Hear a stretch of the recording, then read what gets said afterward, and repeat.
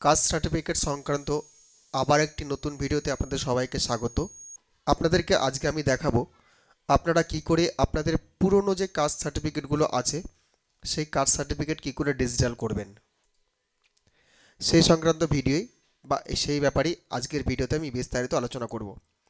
জানি না সার্ভারটা ঠিক আছে কি নেই, তবে বলে দিই এই সার্ভারটা সবসময় প্রায় ব্যস্ত থাকে বা যতই সাবমিট করি না কেন আমি খুব কমই সাকসেসফুল হতে পেরেছি এই সার্ভারে। যে ব্যাকলগ সার্টিফিকেট অ্যাপ্লাই এই সার্ভারে খুব ব্যস্ত সার্ভার বলে অ্যাপ্লাই করাই যায় না, বিশেষ করে ভোরবেলা বা সকাল দিকে এটা অ্যাপ্লাই হয় এবং গভীর রাতে এটা অ্যাপ্লাই ভালো হয়। যাই হোক, তো আমি করে দেখাচ্ছি। আর এখানে পার্সোনাল ইনফরমেশান আছে, আমি ব্লার করে রাখবো। আপনারা যতটুকু দেখানোর আমি সেই ততটুকুই দেখাবো, বাকিটা ব্লার করে রাখবো। তো দেখুন, প্রথমে যে আপনারা দেখতে পাচ্ছেন এই যে ব্যাকলগ সার্টিফিকেট, আপনাদেরকে এর আগে দেখিয়েছি কী করে আপনারা এই ওয়েবসাইটে আসবেন। দরকার পড়ে আমি সেই ভিডিও লিঙ্কটা ডেসক্রিপশনে দিয়ে দেবো, আপনারা দেখে নেবেন। আমি এর অফিসিয়াল ওয়েবসাইটটাও ডেসক্রিপশনে দিয়ে দেবো, আপনারা দেখে নিতে পারেন। আর নতুন করে SC card, OBC card, ST card কী করে অ্যাপ্লাই করবেন সেই সম্বন্ধেও ভিডিও আমি ডেসক্রিপশনে দিয়ে দেবো, আপনারা দেখে নিতে পারেন। তো এবার চলে যাই আজকে বিশেষ যেটা নিয়ে ভিডিও করছি আমি সেই ব্যাপারে। তো দেখুন, আমি এখানে দেখালাম যে ব্যাকলগ সার্টিফিকেট, এই যে apply for digitise certificate for SC ST OBC, এই অপশনে আপনাকে যেতে হবে। আমি প্রথম অপশনটাতে ক্লিক করলাম, যেহেতু আমার ব্যাকলগ সার্টিফিকেট আছে। আমি তার আগে সার্টিফিকেটটা একবার নমুনা দেখিয়ে দিই আপনাদের। আমি এখানে সম্পূর্ণ তথ্য আপনাদের দেখাবো না, জাস্ট উপরের আপনার এই যে কি পুরনো সার্টিফিকেট কি ধরনের হয় সেটাই দেখাবো, বাকি ডিটেলসগুলো আমি ব্লার করে রাখবো।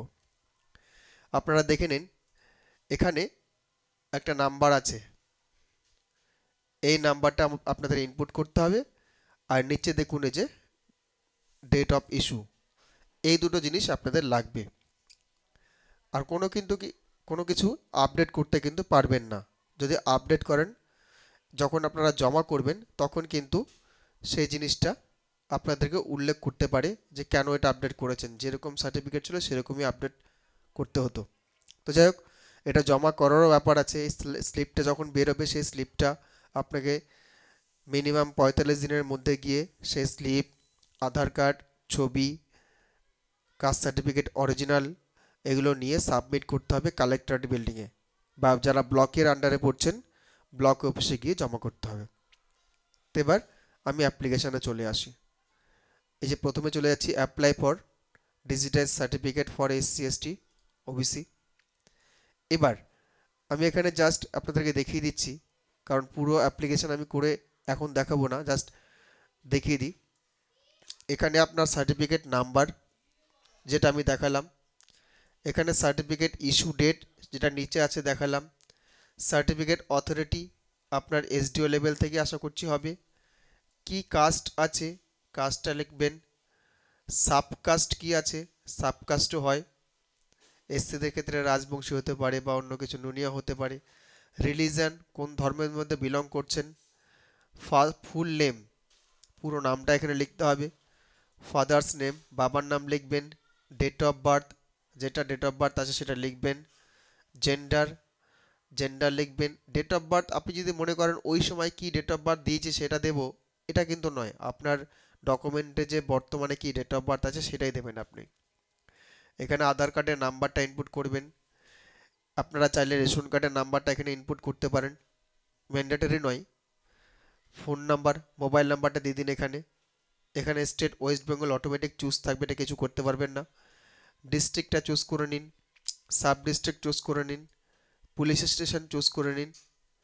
এবার পোস্ট অফিসটা আপনাদের নিজেরা ম্যানুয়ালি লিখতে হবে। তারপর এখানে সার্টিফিকেটটা মিউনিসিপ্যালিটিতে ইস্যু হয়েছে না ব্লকে ইস্যু হয়েছে, মিউনিসিপ্যালিটি ইস্যু হলে এখানে মিউনিসিপ্যালিটির নাম শো করবে। যদি মিউনিসিপ্যালিটি দিয়ে দেন তারপর এখানে জিপি বা ওয়ার্ড, মিউনিসিপ্যালিটির ক্ষেত্রে ওয়ার্ড শো করবে। আর যখন ব্লক করবেন ব্লকের ক্ষেত্রে আপনার গ্রামের নাম, গ্রাম পঞ্চায়েতের নাম শো করবে, সেটা চুজ করবেন। গ্রামের নাম এখানে লিখবেন, পিনকোড লিখবেন, এটা এখানে গ্রামের নাম, এখানে পিনকোড, আর এই যে দেখুন এখানে আপলোড সার্টিফিকেট ফটো, সার্টিফিকেটের একটা ফটো আপনাকে আপলোড করতে হবে। আর এখানে হচ্ছে আপলোড ফটোগ্রাফ, অর্থাৎ আপনার পাসপোর্ট সাইজ ছবি, রিসেন্ট পাসপোর্ট সাইজ ছবি একটা আপলোড করতে হবে। তারপর আপনি ক্যাপচা বসিয়ে সাবমিট করে দিন। এই হচ্ছে আপনাদের কাজ। আমি সম্পূর্ণ ডিটেলস ফিল আপ করে আমি আপনাদের ডিটেলসটা ব্লার করে রাখবো ফিল আপ করার পরে, কারণ এটা দেখানোটা ঠিক হবে না সিকিউরিটি রিজনের দরুন। তারপর আমি সম্পূর্ণ ডিটেলস ফিল আপ করে এই ক্যাপচাটা ফিল করে সাবমিটে যখন করব তখন আপনাদেরকে রিজিউম করে দেখাবো। দেখুন আমি সব কিছু ইনপুট করে দিয়েছি এবং ক্যাপচা ফিল আপ করে দিয়েছি। এবার সাবমিট বাটনে ক্লিক করছি। এই যে সাবমিট বাটন দেখিয়ে দিচ্ছি, সাবমিট বাটনে ক্লিক করছি। জানেন না সাবমিট হবে কি না। সাবমিট বাটনে ক্লিক করলাম, ঘুরছে অ্যাপ্লিকেশনটা। দেখুন এইরকমই হয়, যদি সার্ভার না থাকে এরকমই হয়, অ্যাপ্লিকেশনটা হয় না। যেহেতু এখানে এখন সার্ভার নেই, আমি অ্যাপ্লিকেশনটা সাবমিট করতে পারলাম না। তো আপনাদেরকে বলবো আপনারা খুব সকালবেলা করবেন বা গভীর রাতে করবেন, তাহলে কিন্তু অ্যাপ্লিকেশনটা হয়ে যাবে। এই ছিল আজকের ভিডিও। এটা করলে পরে সাবমিট হলে পরে আপনাদের একটা রিসিপ্ট অ্যাকনলেজমেন্ট স্লিপ জেনারেট হবে।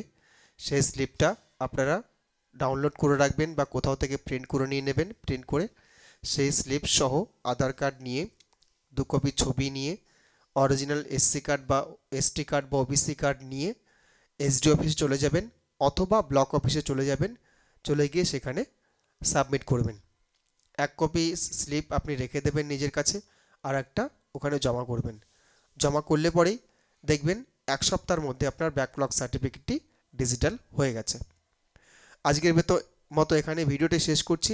বরাবরের মতো আপনাদের কাছে অনুরোধ করব, আপনারা যদি আমার ভিডিওটি প্রথমবার দেখে থাকেন অবশ্যই আমার চ্যানেলটি সাবস্ক্রাইব করবেন এবং বেল আইকনে ক্লিক করে রাখবেন, যেন আমি যখনই ভিডিও করি আপনাদের সামনে যেন তৎক্ষণাৎ চলে আসে। আর আপনারা যারা ফেসবুকে দেখছেন অবশ্যই আপনারা ফেসবুক পেজটিকে ফলো করে রাখবেন এবং লাইক শেয়ার কমেন্ট করতে ভুলবেন না। যদি ভিডিওটি অবশ্যই কাজে লেগে থাকে অবশ্যই লাইক শেয়ার কমেন্ট করবেন। ধন্যবাদ।